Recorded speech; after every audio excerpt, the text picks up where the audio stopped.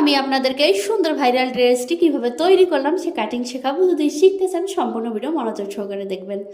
শুরুতে আমি এখানে 1.5 গজ পরিমাণ কাপড় নিয়েছি, কাপড়টি 4 ভাটে ভাঁজ করে নিচ্ছি। তারপর এটা যেহেতু সাইড ফাড়া জামা, লম্বা মাপের চেয়ে 1 ইঞ্চি বেশি নিয়ে গলা 3 ইঞ্চি নিচ্ছি, পুট গলা 1.5 ইঞ্চি, পুট নিব 3 ইঞ্চি, মোহরা 5.5 ইঞ্চি, বডি 26কে 4 দিয়ে ভাগ করলে হয় 6.5, 1 ইঞ্চি বেশি 7.5 ইঞ্চি। তো তারপরে আমি এখানে শেষটা নিচ্ছি 11 ইঞ্চি, শেষটা দেয় কোমরের মাপ দিব 4.5 ইঞ্চি। তারপর এখানে একটা হিপ আন্দাজ করে এখানে রাউন্ড করে নিচ্ছি। হিপটা যদিও পরে আমি চেঞ্জ করে নিব, হিপের মাপ হচ্ছে বডির মাপে। তো এখানে যেহেতু সাইড ফাড়া জামা, তো তারপর আমি কিভাবে কেটে নিচ্ছি আপনারা মনোযোগ সহকারে দেখবেন। তারপর আমি গলাটা কেটে নিচ্ছি, যদিও সামন গলা পরে আলাদা হবে, শুরুতে এভাবে কেটে নিচ্ছি। তো কিভাবে কাটতেছি আপনারা মনোযোগ সহকারে দেখবেন। অনেক সুন্দর একটা জামা, আসলে জামাটা এভাবে বড়দেরও তৈরি করা যায়। আমি আপনাদের কাছে বড়দের পরে শেয়ার করবো, ছোটোদেরটা আগে দেখাচ্ছি। তো এভাবে করে কেটে নিচ্ছি, মোহরাটা আবার ফিনিশিং করে নিব এক পর্যায়ে।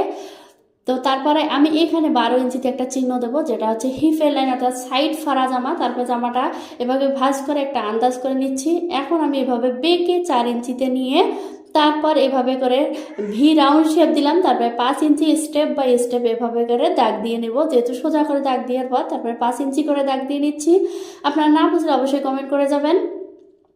তারপর এভাবে সুন্দর করে রাউন্ড করে নিচ্ছি। এটা আমার এটা জামা ফার্স্ট তৈরি করা, এখানে আমি আগে কখনো এই জামা তৈরি করিনি। তো তবুও জামাটা আমার কাছে অনেক ভালো লেগেছে, অনেক সুন্দর এবং সহজ মনে হয়েছে। যদিও আপনারা অনেকটা জটিল মনে হবে, কিন্তু আমার ভিডিও দেখার পর আপনাদের খুবই ইজিলি মনে হবে।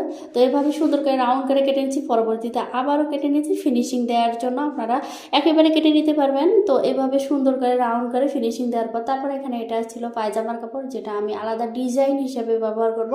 তো কিভাবে ভাঁজ করে আমি এটা কেটে নিচ্ছি আপনারা দেখতেই পাচ্ছেন।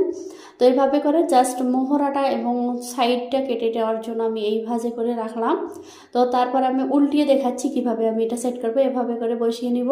তো এখানে আর একটা পার্ট আমি দিয়েছি, সেই পার্ট অনুযায়ী গলাটার মোহরটা আমি দেখবো ফিনিশিং আছে কিনা। তো এভাবে করে ফিনিশিং নিয়ে দেবেন। এটা আমি সম্পূর্ণ আমার নিজের টেকনিকে তৈরি করতেছি।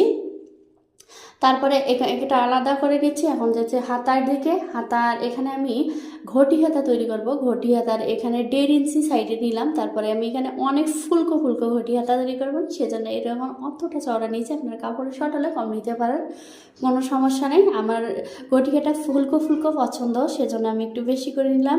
তারপরে আমি যে এক্সট্রা যে কাপড়টা থাকবে, এখানে আর একটা কাপড় দেখতে পাচ্ছেন, সেটা আমি এখানে ফিতার জন্য ব্যবহার করব, সম্পূর্ণ পাইপিংটার জন্য। তো এভাবে করে সুন্দর করে পাইপিং কেটে নেবেন। তো আজকের মতো ভালো থাকবেন, সুস্থ থাকবেন। আগামী